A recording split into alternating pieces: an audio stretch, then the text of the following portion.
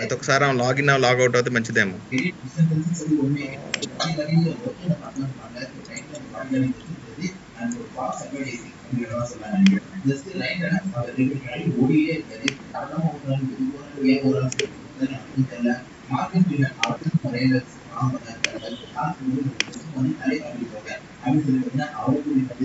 Gladys, Hello. Hi. No, I can't hear anybody.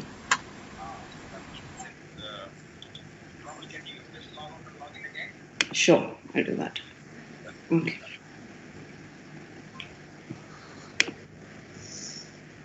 Sir, Father.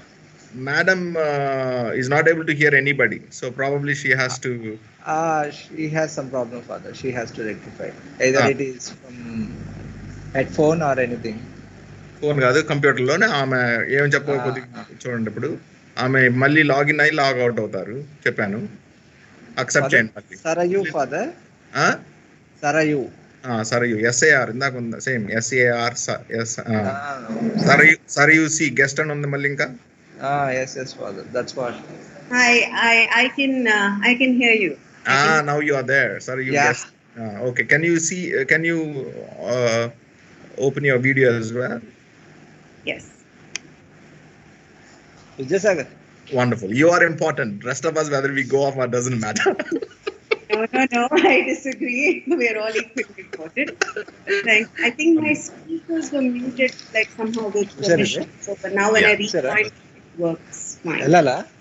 Okay, we'll take a few minutes because others are joining, and some people join on YouTube as well, so they have access there as well. Sure, absolutely. Sir, you can mute yourself, sir. Oh, so.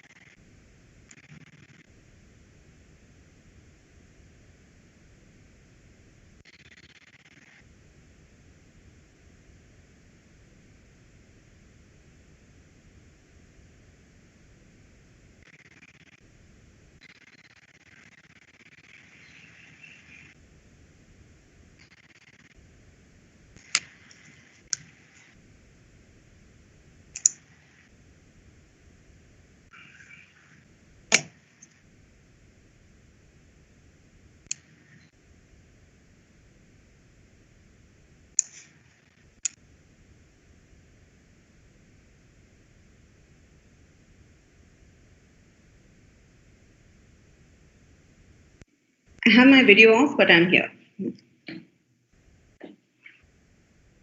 Okay, now I'm not sure you're. Yeah, I think you were on mute. Okay, I can hear you. Yeah, I'm here. Thanks.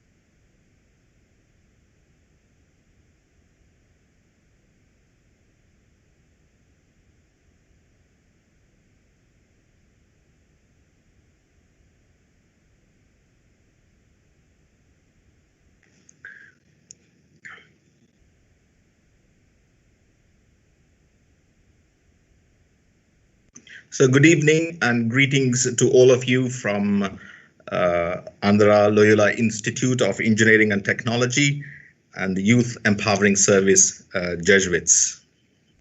So welcome to this SKS Wellness Seminar, the webinar rather, the fourth series aimed at balancing our lives and march towards wellness and wholeness.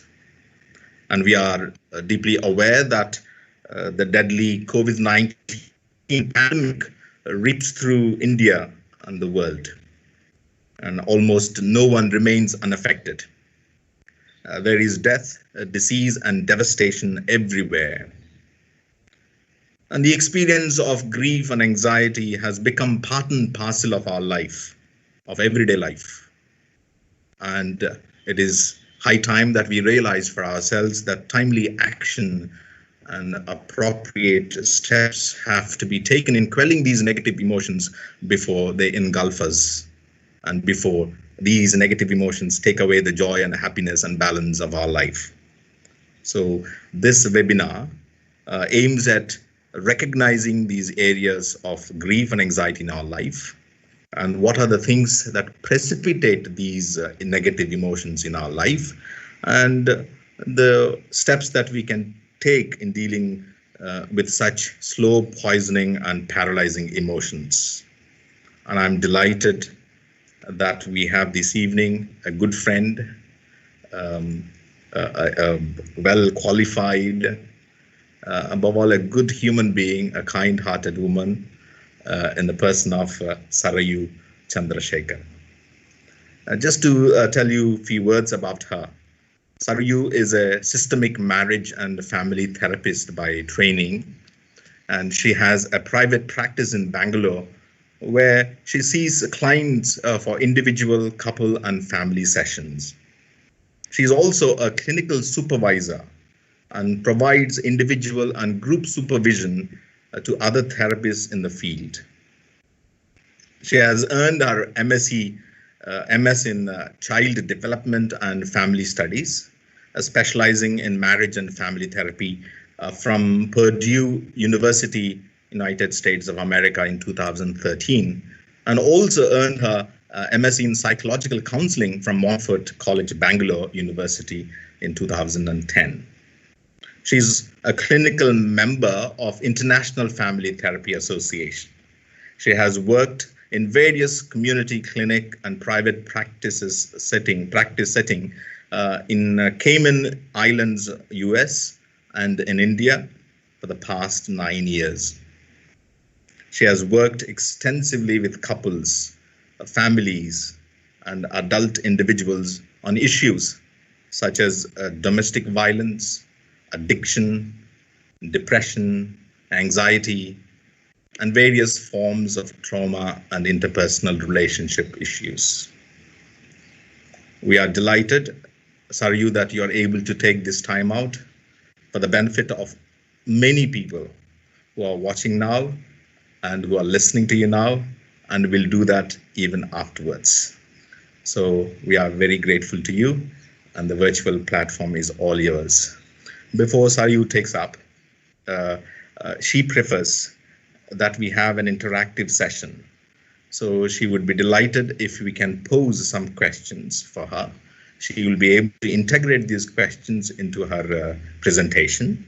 And I have some people send some questions, and I will pose some questions to her whenever she asks for those leads. So then she can take it up from there. So now I shall hand over to Sarayu, please. Thank you so much for that wonderful introduction. You are very kind, and I'm absolutely delighted to be a part of this webinar today. Thank you so much for inviting me. And I'm also really looking forward to us talking about this topic, because I think it's something that is affecting all of us in varying degrees, living through this pandemic for the last year and a half.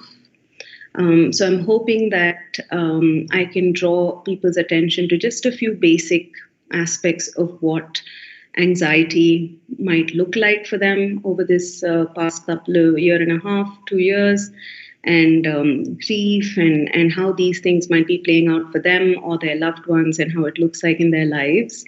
And yes, I did not want to sort of bore you all with a 1 hour lecture, so I requested Father Bala to please ask me some questions as well that I think he's asked some people to send in as well. So thank you for that. And at the end, I believe we're keeping 10 minutes, isn't it? Like if people Yeah, so there'll also be time at the end for some more specific questions if any arise in the course of my talk. So should we begin? Yes, please. Okay, so should I ask you for the first question then? Okay, yeah, that's good. That's a nice way of starting. It says, what are some of the common issues that clients are coming to you with during the pandemic time? So I'm sure that this would be one of the very specific topic that we have taken. I'm sure they come to you for grief and anxiety management and yeah. Yeah. Absolutely. I think a lot of clients are coming to therapy. I think probably much more so than before the pandemic. More and more people are seeking out mental health services, which I think is a very positive sign that we're recognizing that sometimes it might help us to talk to a professional about this to help us resolve the issues that we're struggling with. I think some of the common issues that I am getting through my private practice and colleagues of mine are getting are issues, exactly like you said, Father Bala, related to anxiety of various kinds. Part of it being COVID anxiety, part of it just other types of anxieties triggered by experiencing this pandemic. Grief about losing loved ones, about seeing other people lose their loved ones and just living through this time, which has been so horrific for many of us.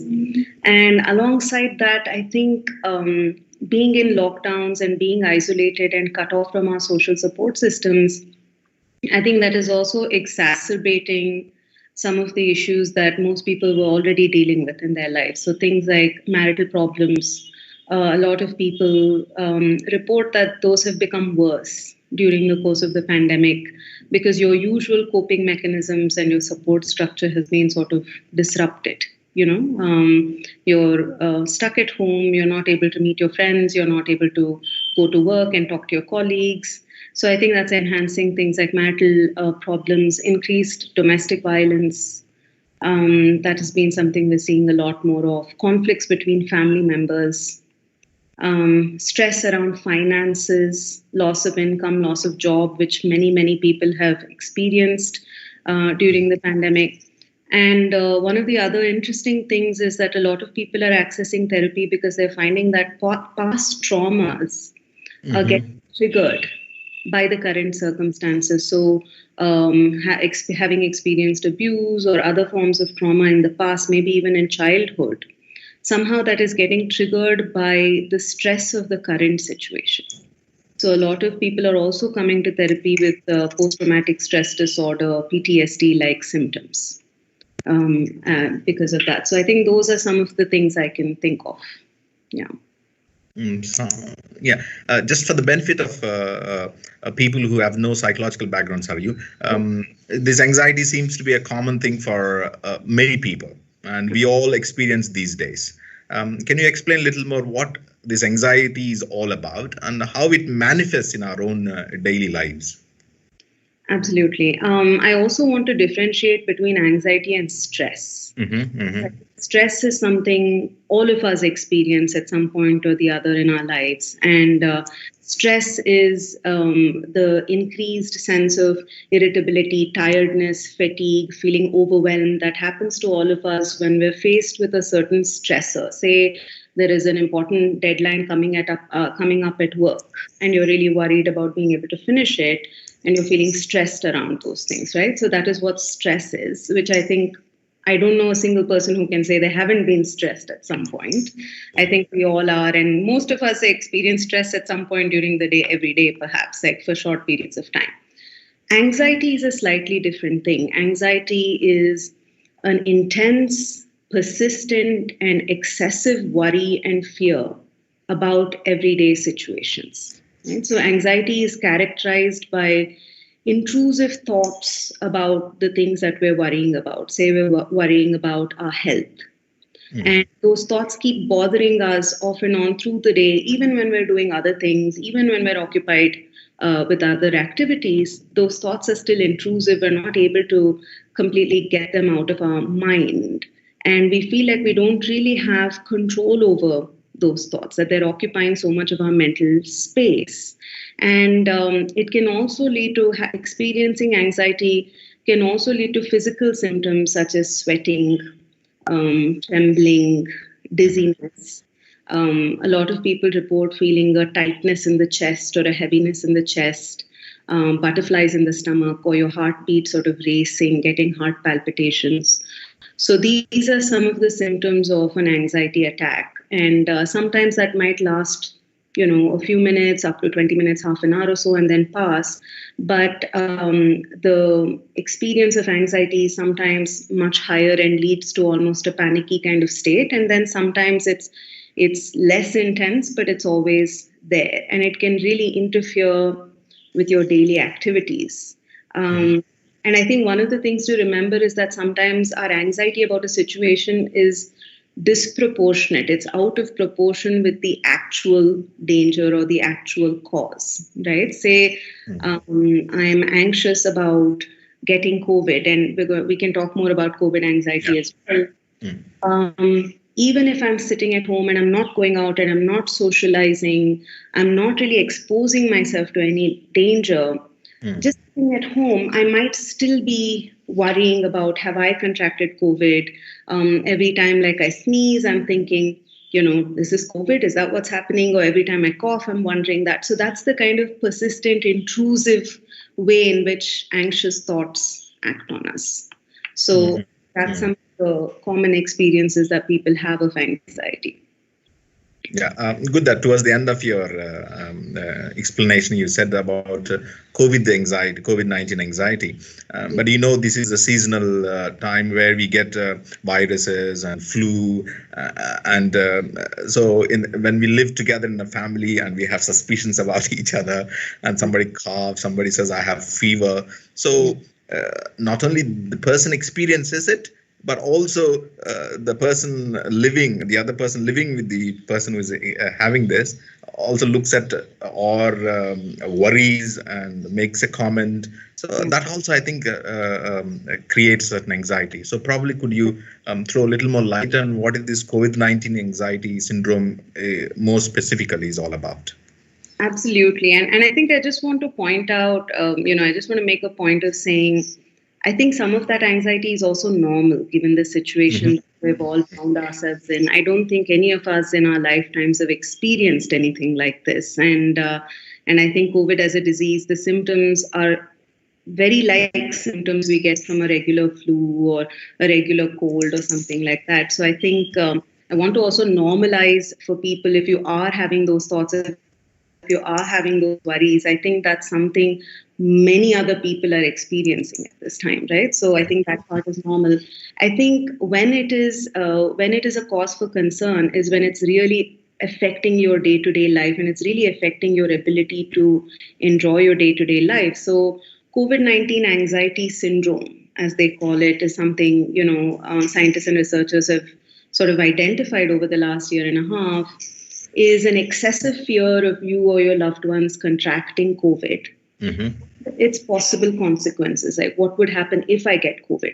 So we know, for example, that most people who get COVID have a mild or asymptomatic experience. I think 85% of people have mild symptoms and they pass and they're perfectly fine.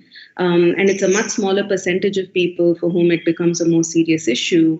But I think with higher COVID anxiety, even if you are not in that vulnerable population, or even if you're showing, so your mind still says, if I get COVID, I'll probably get really sick, or I might die, or my loved ones might get seriously sick and might die, So there is that excessive fear. Sometimes it can manifest as the person's inability to leave the house, or being very, very worried and scared about going out for anything. right? Because you want to protect yourself. Like I said before, frequent checking for symptoms despite not being in a high risk scenario. And again, I want to say this is a bit tricky because particularly during the second wave when it was so prevalent and almost everybody knew someone who had COVID or had COVID themselves, we can't be we can't ignore the possibility that COVID is around. However, if you have not been in any high risk situations, if you've been taking the precautions, the safety precautions, wearing your mask, sanitizing, staying away from big crowds, if you're doing all of the precautions, but still that does not reduce your fear of contracting COVID, and you're really avoiding social situations and people because of that fear, it's possible that you might have COVID anxiety. And people with COVID anxiety syndrome can experience the same kind of PTSD, post-traumatic stress disorder, like symptoms, right? Of flashbacks and thinking constantly about the disease, constantly remembering, say, something you heard on the news or something you read on Facebook or something, and thinking maybe is that what I have, or is that what my mother has, or is that what my brother has? It leads to a lot of stress and at like a very severe level, possibly even suicidal ideation. I think we've unfortunately read of a few instances, maybe even on the news, of people who tested positive for COVID, and fear was so high that they completed suicide because they were so worried about having COVID, right? And there's so much misinformation around it as well, and so much fear generally that we've all lived through. So I think COVID anxiety is very prevalent at this time. And I think you're more likely to have COVID anxiety if you've had high levels of exposure to news and social media intake about COVID. So if you're one of those people, you find yourself reading the news 5 times a day to kind of see how many cases are there today and, you know, what's happening in my city and, you know, that kind of thing. You're constantly reading up and you're taking in that information. There's a lot of disruption to your routines, to the things that used to make you feel safe and make you feel good about your life. There's been a lot of disruption to those things, and you're having a lot of difficulty disengaging from this kind of stimuli. Say you're that person who's constantly reading about the new variants and that will happen, and then next it'll come and Delta Plus will come next. And so, you find so much of your mental space being occupied by that. That could be an indication, not always, but could be an indication that you have some level of COVID anxiety. And people with other mood disorders, or who already have anxiety issues, or OCD, obsessive compulsive disorder, or people who really struggle with uncertainty, if tolerating uncertainty in your life is a problem for you, or if you're someone who has health anxiety, if you're somebody who, we call it hypochondria, like if you're somebody who worries about getting sick or having illnesses, you might be more prone to developing COVID anxiety. Wonderful. I must say, Sarayu, that this is going really well. We never had this kind of, it's like having a chit chat, and and we are able to understand in a very simple term. So I think I really like this way of going about, rather than just doling out lots of information. So thank you for this style of doing the webinar. So you have touched upon what is the anxiety is all about, and what are the things that we experience and how we experience. And now, many of us, those are attending this, they live in different parts of India, and probably we go through mild to moderate, or maybe some people excessive anxiety syndrome. But we know we have not reached to that stage where we seek help. And all of us cannot fly down to Bangalore to see Sarayu. So neither we don't go to the counselor. But can you just tell us, like, that what are the things that we can manage for ourselves? There's some basic small tips. What kind of mindset we need to have, how we can manage this anxiety if I have to go through, and if I'm going through on a daily basis. It's like home remedies. I can do it at my own pace and at home. Absolutely. So Specific to COVID anxiety, I think, like I was saying before, it's important to limit your intake of news and information about COVID. If you notice that whenever you watch the nightly news after that, you're really worrying about the state of things and it's really affecting your ability to focus other things, then make sure that you limit your intake of this information. Maybe set a limit on yourself that I will not look up this information more than once a day or more than twice a day. I'm not going to spend hours every day exposing myself to this information because it really affects my ability to be present for other things in my life.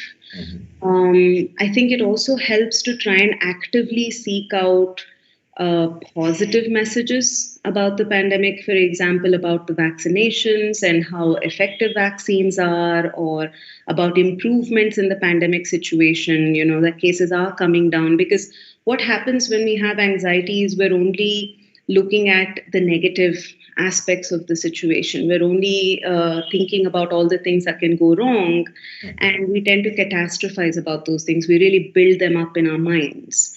And so sometimes we have to counter all of that negative messaging with some positive information that can give us a bit of hope, right? That can remind us that things will get better.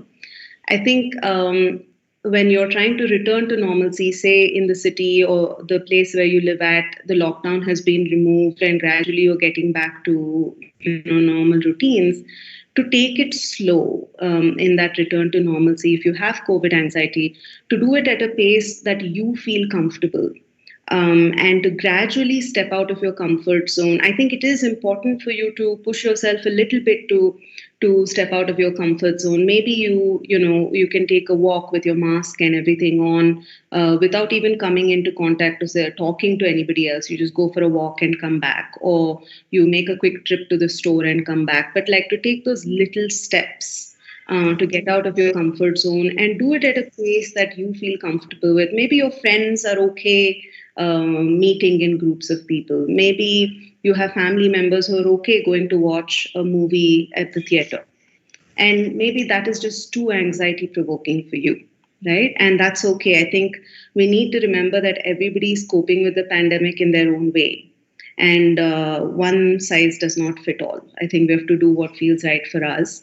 To continue using those safety precautions like using your masks and gloves and hand sanitizers. I know many people, as soon as they come home after they've gone out, they'll take a shower, they'll do steam inhalation, they'll gargle. So if you have those routines put in place to protect yourself, then to use those routines to remind yourself that I am taking care of myself, I am protecting myself. Even as I go back into normal life, I'm still protecting myself, right? So that's a good way of anchoring yourself in those routines. Talking about the COVID anxiety to a trusted person, somebody who will not shame you for it, somebody who will not, because I think oftentimes, unfortunately, we don't understand anxiety. And so therefore, when somebody expresses anxiety to us, we'll say, oh, what's wrong with you? Why do you have to think like that? You should just get over it. Stop worrying so much. Stop overthinking everything. So we tend to do a lot of this shaming when somebody expresses their anxiety. And so if you're that person who's doing that, then please be aware that when you do that, your intentions might be good, but it might really be hurting the other person's ability to share their concerns openly. Then they might not feel like they can express it, and they become even more isolated, like going through this experience. And if you're the person receiving those kinds of messages, to only talk about your anxiety to people who you feel will be open and receptive to understanding you, and to remind yourself that I'm okay. It's okay for me to be anxious right now. It's okay for me to be worried about my safety. These are good precautions to take, but at the same time, I don't want it to get to a degree that I become isolated and I'm not able to live my life. So to give yourself those messages. And yes, you cannot come to Bangalore to see me, as I said, which is very flattering. Thank you. But I think also to talk to a mental health professional wherever you are. There are many places which are offering online services that you can access from anywhere. So to seek therapy, if you feel like the anxiety is really hampering your ability to live your life, if you're noticing a lot of physical symptoms, if you're having panic attacks, if you feel like I'm not able to work through this anxiety in order to go back to the way I was before, then please, by all means, seek help. It does not mean that there's anything wrong with you. It's anything to be ashamed of. We all need that additional support at times. So please do seek help if necessary.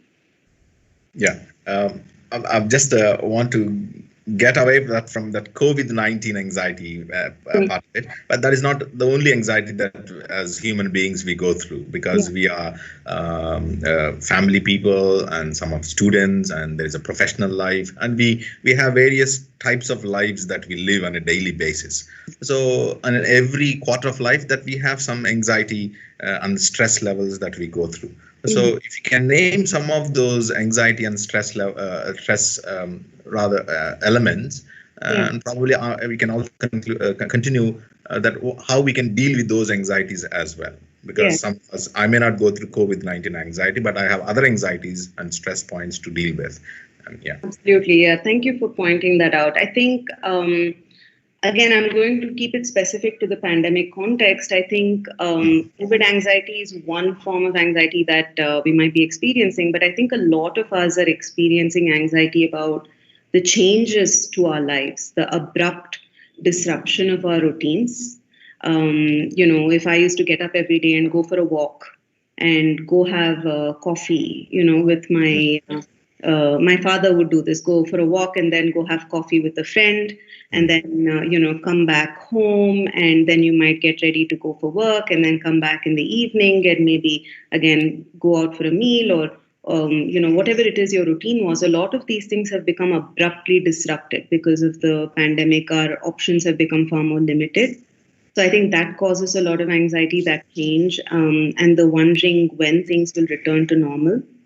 For a lot of people, the pandemic has led to loss of jobs, loss of income, and financial stress is another massive source of anxiety that many people are worrying about. The uncertainty again of when will I be able to get another job? How will I support my family during this time? All of those concerns. And I think before this pandemic, there were some things we took for granted. For example, I can't remember ever stepping out of my house and being worried about contracting a disease. This is just something that was not in our minds at all, right, as we went through our day-to-day. So there were some things we took for granted about our health and safety that have now been challenged by this pandemic. So now we're constantly aware of a threat to our health. So I think just that constant need to watch out for our health and our safety, I think that's another thing which is causing anxiety. It's not about COVID itself. It's just about that need to be on guard and like wear these masks and wear these, these things which have now become a part of our lives. But a year and a half ago, we could never imagine having to use anything like that. And I think for a lot of people, anxiety about their loved ones' well-being, being cut off from them. Say you have family members living elsewhere and you're not able to travel and meet them. You're not able to use your usual coping mechanisms. Say you used to love traveling, or you used to go to the gym to de-stress after a hard day. Many of these things are no longer options for us. I think all of those changes have been causing anxiety.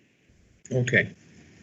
I'll just stop here, and I think Sri Durga lifted her hand. Sir, Kishore sir, can you give access to people who would like to ask a question now? Sri Durga, I think, would you like to ask a question?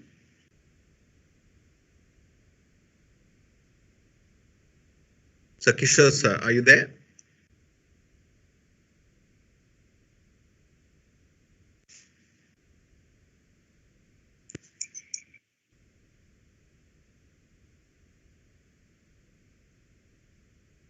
So probably we'll continue. Meanwhile, we'll get that. If people want to just note down your questions, you could ask at the end as well. Yeah. At the end, please, Sri Durga, please. We'll open it all. If you have questions towards the end, we can ask that. Yes.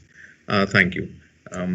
So far we are able to deal with these anxiety, but maybe something more now about grief. Can you explain what is this grief all is about, and how people are experiencing grief during this pandemic time and even the regular times? So can you explain a little bit about that? Sure, yes.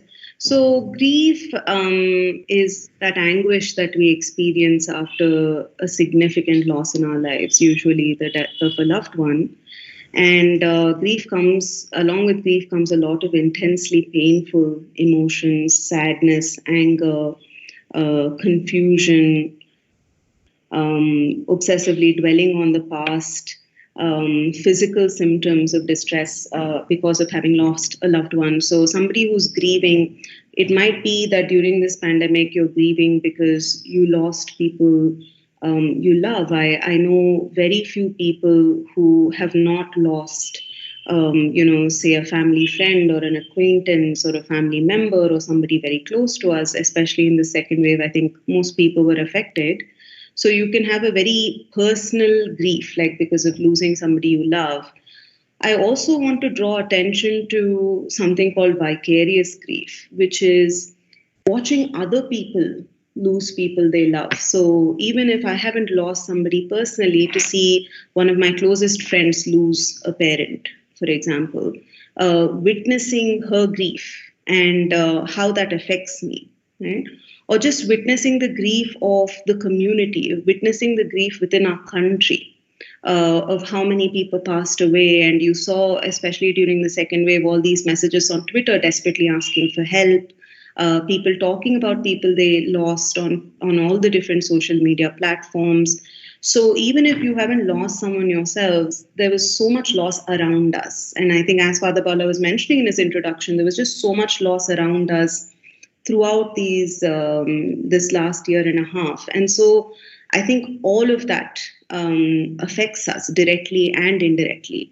Even watching our healthcare infrastructure really struggling to cope with the number of cases, hearing about people's frantic pleas for help and then feeling helpless because you couldn't really do much.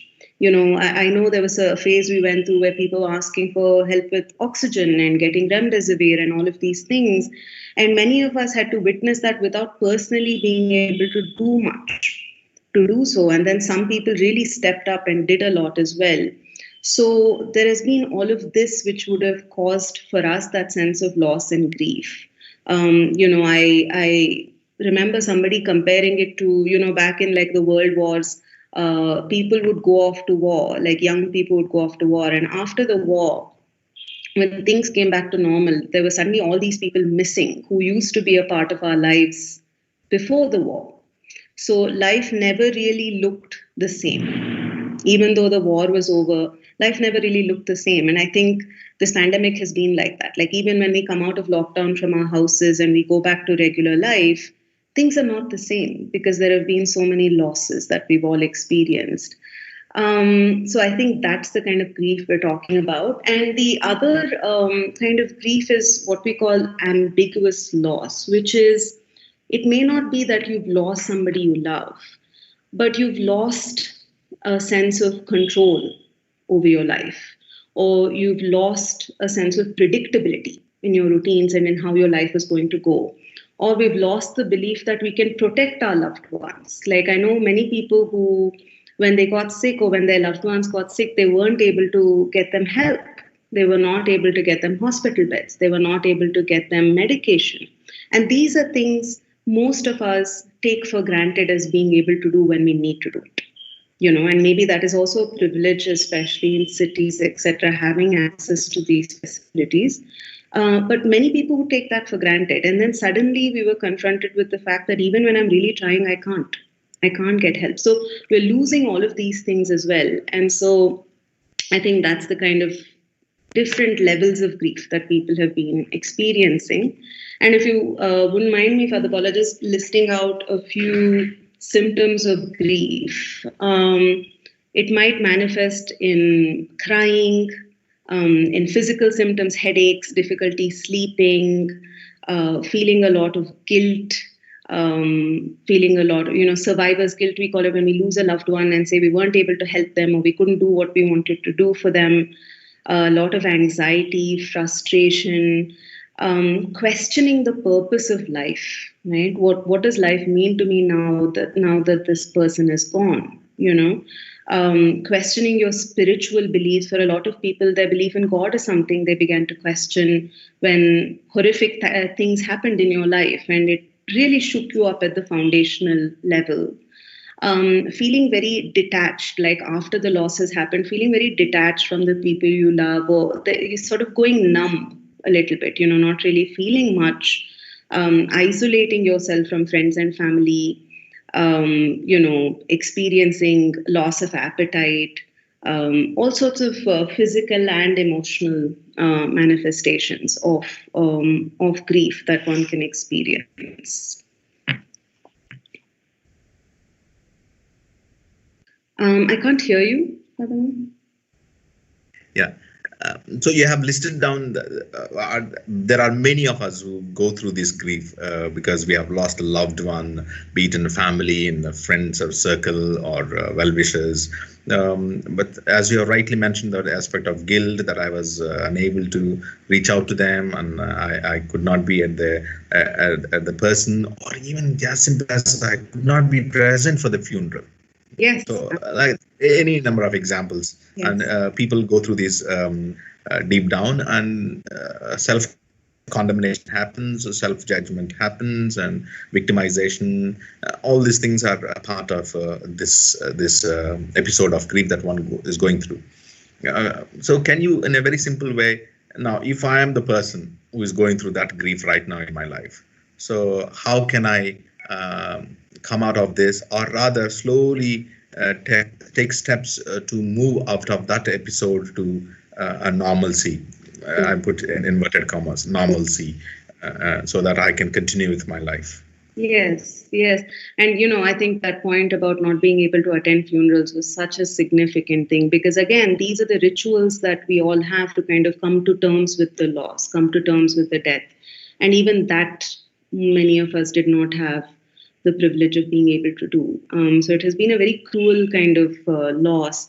Well, first of all, I want to mention that grief has 5 stages. Typically, it's not that you'll always go from step 1 to step 5. You kind of might go back and forth. It's not a linear process.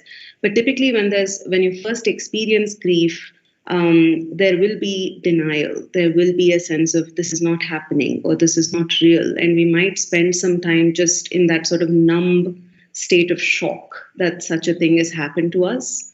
And once that denial wears off, there's a lot of anger about why me? Why did this happen to me? Why did God do this to me? And, all of this sort of questioning of life and about the reason why these things have happened, this loss has happened.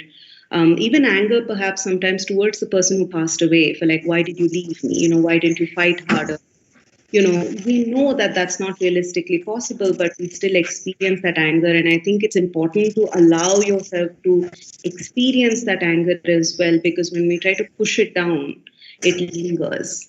And oftentimes, once we're past that stage of anger, we get into bargaining. We get into, I know friends, for example, who had parents in the hospital, and they said, they would go pray and say, God, if you spare my parents' life, I'll do this, I'll do that, or, I'll give anything in exchange for this person being healthy. So there's this bargaining that we try to do. It's not realistic, but it's a part of our mind's attempt to cope with the loss. And sometimes it's necessary for us to go through these stages, because the mind takes time to handle the full impact of the loss. It's too overwhelming to take in all at once. And once the bargaining stage is over is when the sadness really sets in. Like once you sort of, that the loss has happened and there's no getting away from it. There's no avoiding it. That's when the sadness sets in, and that's when the grief really hits you. And they say that grief comes in waves, that you might be having some good days and then a really bad day, or you might be having a bunch of bad days and then one okay day, so it comes in waves and it's not predictable. But then finally we get to a place of acceptance of not that, the person dying is okay, but that they died and I'm going to be okay. And this can take anywhere between a year or 2 years. It's a process. It's different for everybody. It's subjective. It's not something we can rush through. So in response to your question about how can we cope with it if I'm the one going through it, firstly, to acknowledge, to name it and claim it, to acknowledge that I am grieving.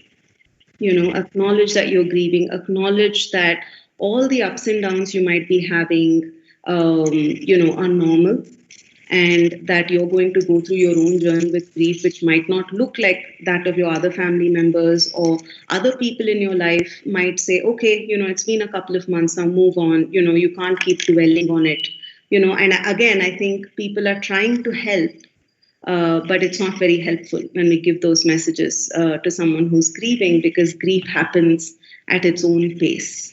And sometimes what happens when the intensity of the grief is very high, and say you've lost a family member, now there's a lot of things you have to do. Say you have to get a new job, you have to support the family, or there's a lot of paperwork to do. And, when you get busy with things, there's some people will sort of put the grief on hold. They'll postpone it and say, I don't really have the mind space or the energy to get into it, so I'm just going to put it on hold, and you sort of numb yourself. And I think that can be really damaging. I think it's important to do the mourning now when the loss has happened, because when we try to postpone that grief, it affects us in other ways. It can show up physically through physical ailments. It can show up through anxiety, through depression that then persists for a longer time. So it's important to do the grieving now, to be with the pain. And I think this is a very incredibly hard thing to do for any of us, because as soon as we experience any negative emotion, our desire is to escape it, right? So to be with the sadness, to allow yourself to feel the anger, the sadness, the disbelief, whatever it is that's coming up, to know that it will pass, but I have to allow myself to feel it for it to pass, instead of trying to escape it and distract myself from it.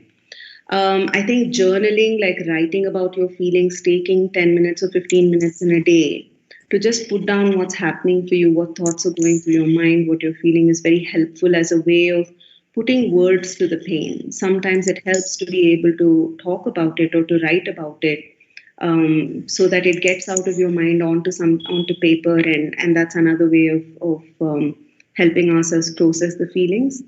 Reaching out to trusted people to share your grief, those who will not pressure you to move on, or who are okay with being able to hold your emotions. And sometimes some of our loved ones might be so much in grief themselves that they can't do that for us. And so it might be a friend, or it might be somebody else who can really hold your emotions for you. So I think that's important. And more than anything, to remember that healing does not happen according to your timeline or in a linear way, right? So it's not like, okay, in 3 months I'll be over this, in 6 months I'll be fine.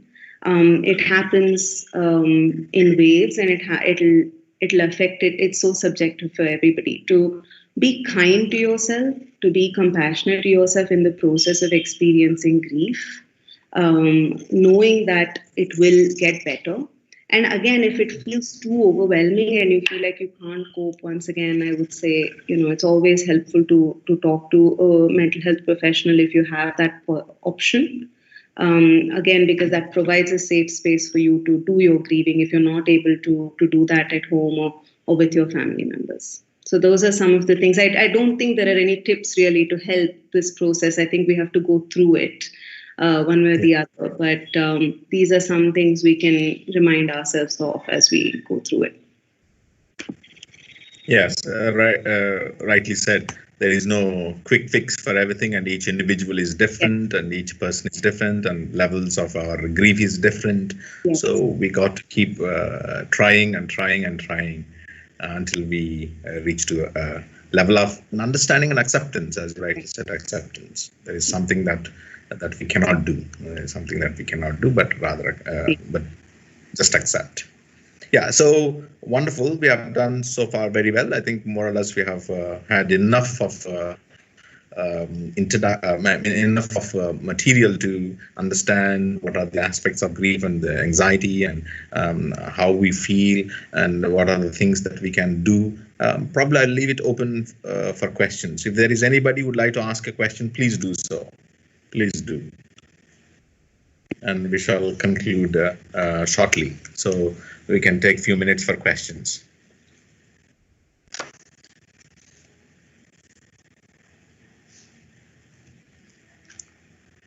I hope you're not feeling anxiety to ask a question.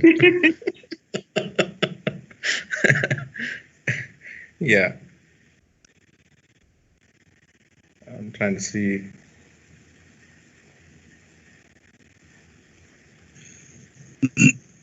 Sir, may I? Yes, please, please. Madam, it is a honor to listen to your speech. I have a few small verifications to request you to delineate some more little bit between anxiety, fear, and depression, agitation, and restlessness. These technical terms, kindly please elaborate bit more. You can elaborate. So you said anxiety, fear, depression, agitation, and restlessness? Yeah. So some clarities on each of these terms, yeah. Yes. So thank you for asking that question. Restlessness, and what was the last one? Agitation, right? Yeah. Okay. Yeah. I'm just noting it down so I don't forget. So depression is characterized more by sadness, and the physical symptoms of depression can look like somebody feeling this immense sort of sadness that they're not able to overcome, and that again persists for a long time. So you might find that again there is a loss of appetite, loss of energy, sleeping a lot or not sleeping enough, very disturbed sleep, maybe gaining weight or losing weight as a result of that. But overall, there's a loss of motivation. There's a lack of desire to do the things that you used to do as part of your life that you felt like doing before. Now suddenly you don't really feel like doing much. There's such a sense of demotivation that one is struggling with, and there is that persistent sense of sadness. Anxiety is characterized more by worry. So worrying about things. It could be that overall, as you go through your day, you constantly find yourself worrying about something or the other. Say you're worried about something at work, you're worried about something that's happening at home, you're worried about your children and their schooling. But there is an intense, persistent sense of worry which is affecting your ability to feel calm and to feel happy, right? So that is what anxiety is more like. And when you're anxious, you are typically fearing certain things. Like there might be certain things you're fears about. I'm worried, like I'm anxious that I'll get COVID, for example. There's a fear, right? So there's a fear that my children might not do well, or there's a fear that I might lose my job. So there's often like fear behind anxiety. And restlessness is something that you can experience as a result of many things, but restlessness can be a result of anxiety. So if you're feeling unable to relax, unable to just calm yourself, unable to take a break, because your mind is constantly on the go and it's racing and you're thinking about so many different things, that can again be an indication of anxiety. So restlessness and agitation, feeling worked up about things, those can also be a part of anxiety. Does that answer your question? Madam, thank you. Thank you very much. Because I am not a day-to-day clinician, though I do some kind of to the student community where I am day-to-day teaching. I am telling an example, madam. Please verify my example. If I am wrong, please tell me I am wrong. I am telling the students fear is related to present tense, and anxiety is related to future tense, and depression is related to past tense. I don't know how far this way of communicating can be technically validated. Kindly verify, madam. Okay. I mean, it's a nice saying. But perhaps not fully accurate. One can be depressed about things that are happening now. One can be anxious about things that are happening now, and also anxious about things that might go wrong in the future. And fear as well is something that, for example, say I was in a car accident when I was 10 years old. I might still feel fear every time I get into a car, right? So it's something that's happened to me in the past, but it's still manifesting as a fear in the present. So I think all three of these experiences can be had in the present and in the future. And depression, again, it depends upon the causes of these things. But I think it's important to focus more on the symptoms and how it's manifesting in the present to kind of differentiate whether somebody is feeling depressed or anxious. Because the causes can be, there are a million different causes why somebody might be feeling anxious or depressed. But it's not always about something in the past or something in the future. Thank you to both of you. Is there any more question? Is there anybody who would like to ask a question?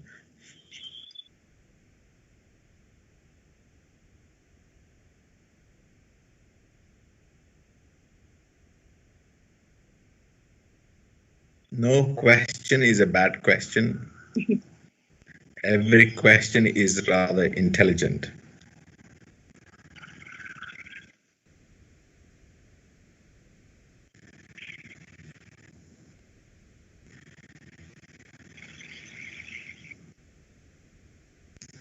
I think there was someone who wanted to ask a question earlier on, isn't it? Yeah, there is Sri Durga. Are you there? She raised her hand, and yeah.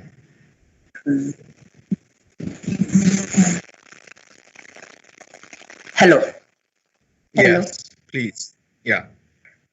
मेरे को तो anxiety और depression की दवाई भी खाती थी 2007 से। तो मेरे को अभी ये पूछना कि मैं 57 इयर्स की हूँ, तो मेरे को ऐसे लगता है कि मेरे जो ड्यूटीज हैं वो पूरी हो गई हैं, तो मेरी जीने की चाहत कम हो गई। किंतु जीवन तो ईश्वर ने दिया है, तब मेरी उम्र पूरी होगी। तो मैं अपनी दिनचर्या अभी कैसे सेट करूं जिससे कि मैं खुश होकर जिंदगी गुजार सकूं। Thank you for your question. My Hindi is not great and I couldn't hear particularly well. Father Bala, could you tell me what? No, I'm rather illiterate in Hindi, so I hope. I hear from what I understood. I think, ma'am, you were saying that you have been feeling a bit depressed. I think is what I heard.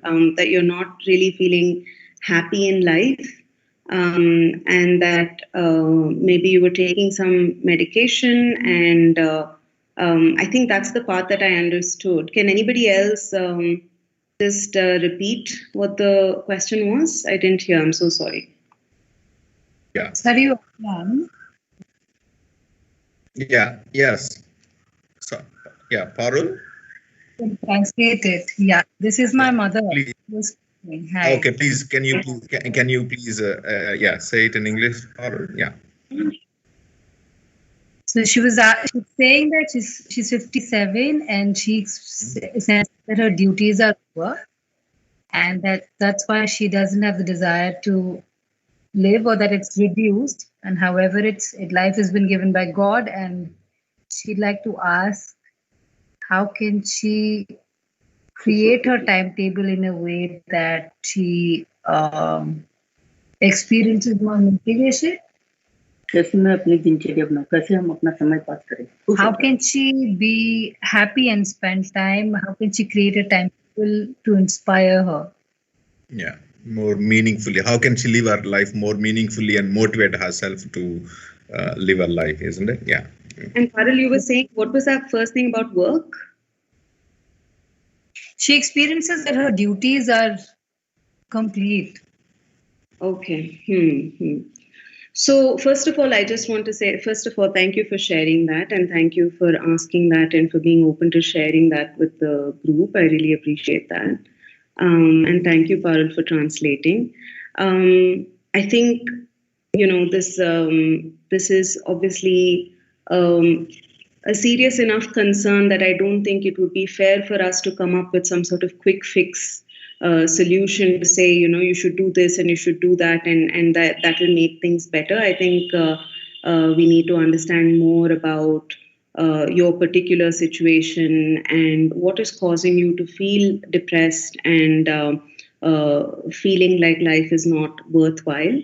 So I think this is definitely one of those situations which would help. I think it would really help if you were to consult a therapist to talk more about this in detail and understand what can help. In terms of a timetable, I think that's quite hard for me to sort of elaborate on, because I think when one is feeling depressed, we need to first look at what thoughts and beliefs are contributing to us feeling like my life is not enjoyable and it's not worthwhile anymore. And we have to challenge those thoughts and beliefs. So doing things that give us pleasure, I think it always helps. It helps, for example, to get some regular exercise, to go for a walk or some other form of exercise.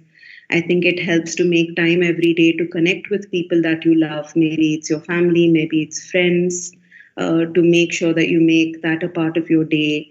Maybe take time to write about how you're feeling and journal. So all of these routines can help us to do things that give us joy. For example, if listening to music or watching a show or something like that is something that gives you a sense of enjoyment, to do that. But I think just those behavioral changes are not enough until we deal with the core thoughts, core beliefs, which are leading to us feeling depressed or feeling immensely anxious. And that is something we need to do with the help of a mental health professional. And that is what will lead to a longer term change in your mood, not just occupying your time doing certain things. So that's, at least off the top of my head, that's what I'd like to share. Did you want to add anything further, Bala? Yeah, I mean, that was lovely. Parul, if I were to understand, I didn't understand Hindi, but the question that when you translated, here is a woman who is able to do her duties as a good wife, good mother, and there is a certain sense of satisfaction, and I have reached a certain age, and now, but my life still can be more meaningful, can be more enjoyable, happy, but I don't get that drive within me and the motivation, and how can I move forward at this stage of life is something that I look at the point of view now. Yeah. So probably towards the end, you mentioned that as we talk about the bucket list, it's good that she is an accomplished woman in her own way, as a wife, as a mother, as a daughter, in her own way. And probably that she needs to take stock of those things that can give us joy, little joy, make her happy, doing little things, whatever that way.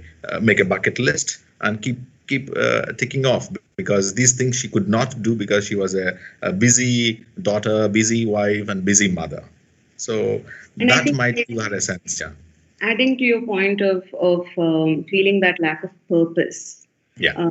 Once again, I think we need to talk about what makes our life meaningful even after a certain age. And again, I don't know the specific issues here, so I don't want to again offer any sort of quick solution because I don't think that's helpful long term. But for many people after retiring or after reaching a certain age, say your children have moved out and things like that, that's a big transition time for a person. And I think then we have to refocus on ourselves and look at what makes my life feel meaningful. And for some people, they find that when they volunteer and they provide aid to somebody else, that's something that gives them meaning, or spending time with their children and grandchildren.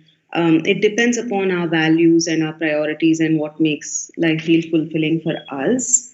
So I think it's about finding that. But once again, I would recommend that you speak more to a therapist to go in depth with that. Wonderful.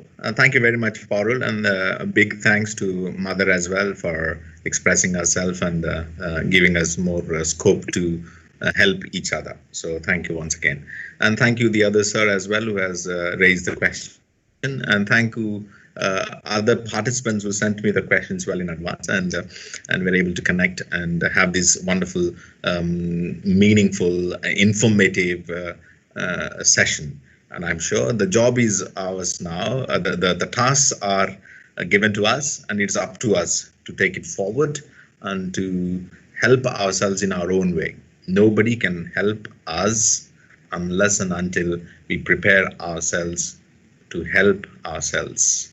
So once again, Sarayu, thank you so much for taking your time out amidst your hectic schedule. Very grateful, very grateful. And I hope this will not stop here, and we can every now and then come up with some meaningful topic and help many people who are in need. And you and I know that mental health and emotional health and well-being is not an easy, accessible thing for many people in this country, and there is not much of understanding and openness towards it. And besides our professional lives, as good human beings, we need to spread it and bring in many more people. So the more emotional well-being, the better our communities will be and our families will be. So dear participants, for now, we will be stopping these wellness webinars for this month, and we'll soon come up with a series of webinars probably in a month's time. Until then, stay home, stay safe.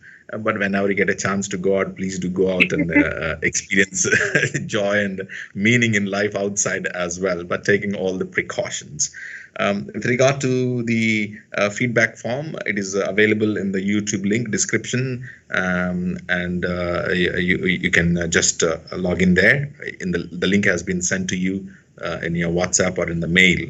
So please fill in that form within half an hour, and then you'll get your participation certificate. So once again, Sarayu, thank you very much. Thank you so much for having me a part of it, and thank you for the questions. All right, everybody have a great evening. A great evening. Bye-bye for now.